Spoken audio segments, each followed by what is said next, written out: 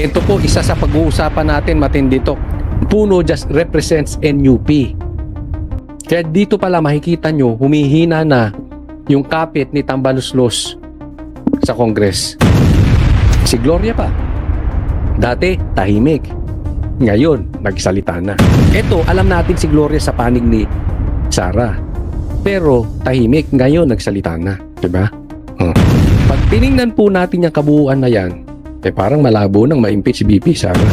Yan po ang mangilan-ngilan sa pag-uusapan natin. Sana mapanood nyo po itong vlog na ito. Huwag nyo pong kakalimutan na i-like agad itong vlog na ito.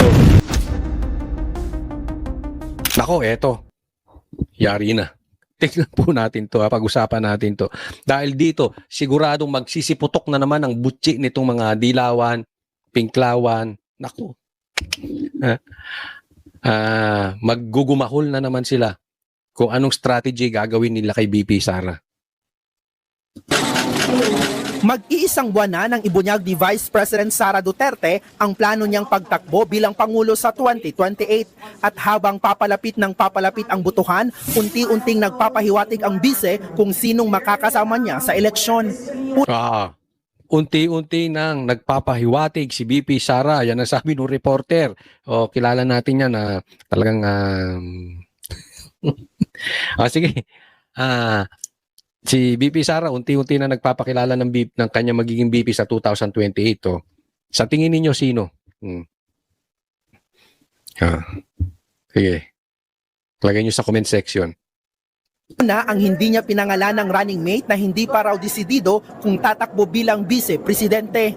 Antayin na lang natin yung desisyon niya. Huwag na lang natin siya guluhin. Baka atakihin siya. At ngayon, ang 4 na personalidad na lumapit na rin daw kay VP Sara. Yan ay para naman mapabilang umano sa kanyang senatorial slate. Usap-usapang isa dyan si dating COMELEC Commissioner Rowena Guanzon. Pero nang matanong yan sa bise, Allergic ako sa mga politiko ngayon. So, i-consider lang nila ako. sinabi niya lahat yan sa isang pop-up exhibit sa Davao City nitong Sabado, kung saan kasama rin ni VP Sara ang kanya umanong mentor at dating Pangulong Gloria Macapagal Arroyo. Nako. Ayan na po. Lalo manggagalaiti. Sasabihin na naman nila, di ba? Si alam mo, si Defensor na may kinalaman dito sa 18 ex-Marines. At alam naman natin na si Defensor ay bata ni Gloria Macapagal Arroyo. So, kaya pinalabas itong 18 Marines. Ngayon, kasama si GMA. Nako. Bukas, yung mga dilawang political analyst daw na wala namang na-analyze kung hindi siraan lang ang Duterte. Hindi po political analyst siyang mga dilawan, ha? Yung mga hindi nyo nagtututbrush na mga political analyst. Ano po yan? Propagandist. Sigurado, manggagalaiti na naman dito kay Gloria. Sigurado yung vlogger na walang alam kung hindi interview lang. Maggagalaiti na naman kung sino-sinong mga politiko, si Boying, sasabi, kita nyo? O si Umbu, sige, mang-asar ka pa, Sara. Bakit? Nang-aasar si Sara? Alam niya hindi siya nabigyan ng maleta. Alam niya malinis siya. Di ba? At alam niya yung mga dumidikit sa kanya, kailangan wala ding bahid. Giit ni Arroyo, hindi raw dapat pinepersonal ang impeachment tulad na lang ng kinaharap ngayon ni VP Sara. I myself went through impeachment proceedings 4 times. Such mechanisms should neither be personal nor political theater. It is important that those in charge conduct the proceedings with sobriety, fairness, and fidelity to the law. Speaker Bojidi has said that the hearings on the impeachment complaints will be tackled fairly. The eyes of the Filipino nation are upon us in Congress. Ayan, so malaki pong issue na humihina na po itong impeachment ni BP Sara sa Kamara. Kaya nga naman napansin nyo, last year, talagang naggugumahol sila na mapa-impeach si BP Sara. Kaya lang, hindi nga tinanggap ng Senado at hindi tinanggap ng Korte Suprema. Alam nyo kung bakit? Dahil alam nila kung uulitin after a year, after the 1-year bar rule, kasi after 1 year pwede mag-impeach ulit eh. After 1 year, pahina sila ng pahina. Bakit? Palapit ng palapit sa 2028. And it's public knowledge. Alam po ito buong Pilipinas, malakas si BP Sara. So, without yung perang binibigay ni Tambaloslos, ngayon nahuli sila sa ghost projects, nahuli yung kanilang mga kickback, wala nang bigay, tapos, syempre, pumuposisyon yung mga politiko kumakampi kay BP Sara. Lalong humihina yung impeachment. Kaya pinilit nila dati. Tingnan nyo si Puno. Iba na tono ngayon. Sinasabi, mahina itong impeachment na isinampa kay BP Sara. Parang tila pumapanig si Puno. Dahil dapat hindi pa iba-iba o hindi nagdadagdag ng mga issue sa impeachment. Sabi niya, dapat may ebidensyang lehitimo. Diba? Eh, alam naman natin si Puno sa kabila yan. Puno just represents NUP. Kaya dito pala makikita nyo, humihina na yung kapit ni Tambaloslos sa Congress. Si Gloria pa. Dati, tahimik. Ngayon, nagsalita na. Ito, alam natin si Gloria sa panig ni Sara. Pero, tahimik. Ngayon, nagsalita na. Diba? Pag tiningnan po natin yung kabuuan na yan, eh parang malabo nang ma-impeach si BP Sara. Diba? Nako. Tapos, nabulgar pa. Diba? Binulgar pa nitong 18 Marines na kada hearing sa Congress may bigayan. Nabigyan to sila de Lima, nabigyan sila Trillanes. So yung iba dyan, medyo takot na rin. Diba? Kada pirma daw dyan sa impeachment, may bigay. Sinabi ni Chanco, pinatunayan ni Saldico, pinatunayan nitong 18 Marines. Oh. Bawat hearing, may bigay. Nabubuking sila. So, talagang pahina na ng pahina. This is just a matter of time. Huwag po nating tigilan. Ha? Sa isang event naman sa Digos City ngayong araw, may bagong birada ang bise laban sa ilang kongresista. Yung ilan sa mga members of the House of Representatives ay inaabuso yung kanilang posisyon at kapangyarihan at more than that ay lumalabas na para silang mga law benders. Nagbabalita Ayan, next. Ito, tingnan po natin. Ito po, ituloy natin ang diskusyon patungkol dito sa impeachment. Sumagot na po si BP Sara. Emil, messenger na paralegal yung naghatid at nag-file dito sa Kamara nung sagot ni Vice President Sara Duterte sa impeachment complaint laban sa kanya. Sa araw mismo ng deadline, isinumite sa House Committee on Justice ang sagot ni Vice President Sara Duterte sa impeachment complaint laban sa kanya. Ayon sa kanyang abogado, hindi nagbigay si Attorney Michael Powa ng kopya ng sagot ng bise, pero sabi niya, kinwestiyon nila doon ang constitutionality ng proceeding ng komite. We raised due process issues because of what we feel sa aming pananaw ay hindi naging uniform yung standards ng pagdetermine ng sufficiency in form and substance doon sa naging impeachment complaints laban sa ating Pangulo at impeachment complaints laban sa ating dalawang Pangulo. Ayan, okay. Ito po, yung sinabi ko sa inyo, no, sa mga sumusubaybay sa vlog ko, sinabi ko po ito. Na-impeach din si Bongbong Marcos, pero hindi pumasa yung pumasa yung sufficient in form, pero yung sufficient in substance hindi pumasa.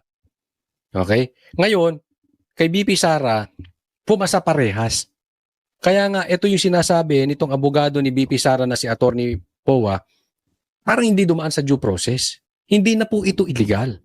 Kasi hindi po parehas yung ginamit na standard doon sa sufficient in substance na ginamit kay BBM kumpara doon kay BP Sara. In short, political. In short, harassment. O, yan po yung sinampa nila. Yan yung sinagot nila. Sabi ni POA, ang kanilang isinumite ay answer ad cotellam. Salitang Latin, ang ibig sabihin ay as a precaution. Gate niya kasi wala silang dapat sagutin sa reklamo dahil wala umanong nakalagay na ultimate facts o yung mga elemento na sumusuporta sa alegasyon. Ilan sa mga alegasyon sa impeachment ay umano'y maling paggamit ng bise sa kanyang confidential funds. Oh. Tingnan natin yung mga isinampa na impeachment kay BP Sara. Ulitin natin. Maling paggamit ng bise sa kanyang confidential Maling paggamit sa confidential funds. funds. Umano'y di mapaliwanag na yaman at pagbabanta sa buhay ng Pangulo. Okay, i-discuss po natin isa-isa yan. Una, yung hindi paggamit sa tama sa confidential funds. Alam niyo po, confidential nga yun. Di ba? Lagi nating sinasabi. Sa katunayan, yung Mary Grace Payatos na yan, etc., etc., tama lang yan. Kasi hindi ka dapat maglagay ng pangalan dun. Halimbawa, ginamit ni BP Sara yung confidential funds niya sa akin dahil ako ang nagtuturo doon sa mga rebelde, mga pumapatay na NPA. Alisin natin, pangit ng mukha niya dyan. Yan. Di ba? Tapos ilalagay mo pangalan doon. Pwede ko pa i-demanda si Sara.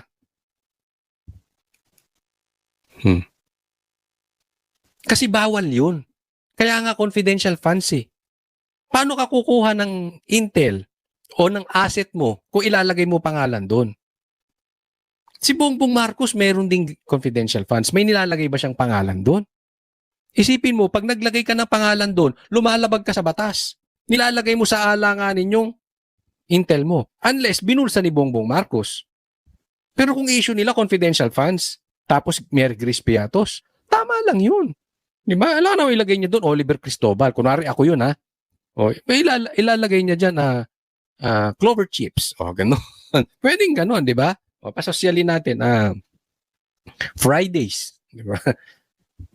Nagigets niyo po. O, yung maling paggamit ng yaman. Excuse me po. Squatter nga to si Sara kung ikukumpara nyo sa mga politiko natin. Huwag nga tayong maglokohan. Ikumpara ninyo yung yaman ng Duterte sa mga politiko, magmumukha silang squatter. Kayo nga, ang lalaki, may bahay ba sa Forbes ang si Sara? Si Basti ba may bahay sa Forbes? Kayo nga, ilan-ilan ang bahay sa Forbes. Di ba? Paano maling paggamit ng yaman? Pangatlo, yan po, dinidiscuss po natin yung tatlong sinampang complaint dyan sa impeachment. Pangatlo, grave threat. Ito po, lilinawin ko sa inyo. Conditional po yung threat na yon. Diba? Ano sabi niya? Pag pinatay ako, patayin mo yung tatlong yan. Si Bongbong Marcos, si Lisa, at saka si Tambaluslos. So, ibig sabihin, pag sinampan nyo yung impeachment nyo kay BP Sara na may threat siya ron, ibig sabihin, inaamin nyo na talagang pinapapatay ni Bongbong Marcos, ni Lisa, at ni Tambaluslos si Sara. Kasi hindi niya naman sabing patayin nyo yung mga yan. Pag pinatay ako, patayin mo yung mga yan. Para sinabi, pag hindi na sumikat ang araw, bukas, patayin nyo si Bongbong. Ano ibig sabihin nun? Huwag nyong gagalawin si Bongbong. Kasi siguradong sisikat ang araw bukas. Ano ba, Dilima? Bobo ka ba? Kayong mga nagsampa ng impeachment niyan, abante, bobo ka talaga? Hindi nyo maintindihan yung conditional threat na yan? Simple-simple. Kahit ipaliwanag mo yan sa anak mong grade 2, maiintindihan yan eh.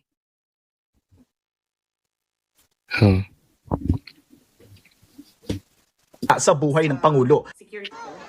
Kanina tinanong si Duterte tungkol sa pagpasabina sa House Committee on Justice sa financial records niya at ng kanyang asawa.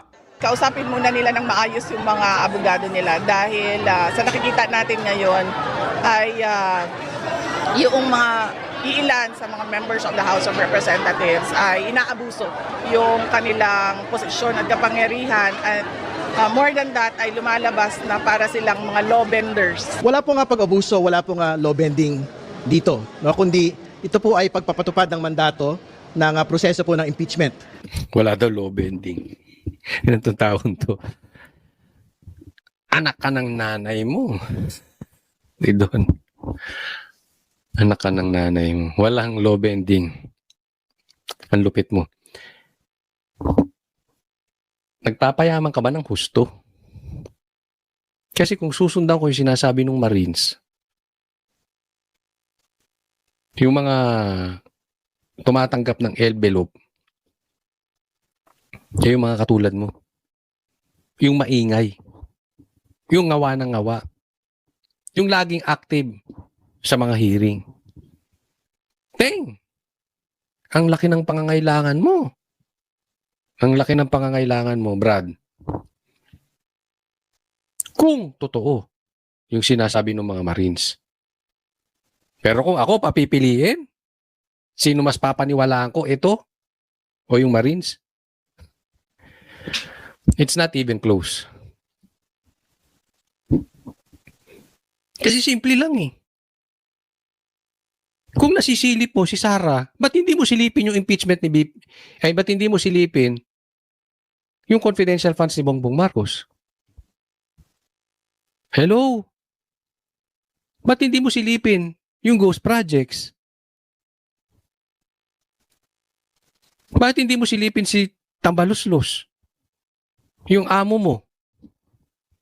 Diba kung patas ka, titingnan mo, ba't teka muna, ang dami ng reklamo kay Tambaluslos, tahimik ka pa rin?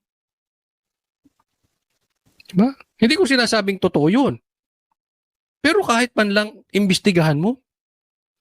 Kung gaano ka ka-agresibo sa impeachment ni BP Sara, dapat ganun ka rin ka-agresibo paano mo iimbestigahan yung sinasabi nitong mga Marines.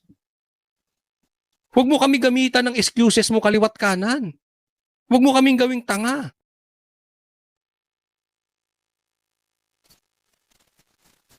Ginagawa mong tanga taong bayan tapos ikaw nagpapayaman. Di umano. Dahil imposible na tahimik ka kay Tambaluslos, wala kang tatanggapin. It's not logical, it's not even possible. Ito'y opinion ko lang ha. Nakalimutan lang kitang tanongin eh. Kung magkalala, tatanungin kita kung nakatanggap ka ng maleta. Tigil-tigilan mo yung kagaganyan mo. Wala kang nakikita kundi si Sara? So malinis si Martin Romualdez? Tatanungin kita. Laban sa pangalawang Pangulo. Ngayon pong ipaliwanag ng pangalawang Pangulo, ito pong tinatawag nating 50 million wealth gap sa kanya pong pag-aari. No? And syempre, pagka hindi po ito... Anong pag-aari? 50 million gap. Yung iba nga, billion ng pera. Ilang bahay nga daw ang nabili sa Forbes? Si Bongbong Marcos pa nagsabi. Jet plane pa.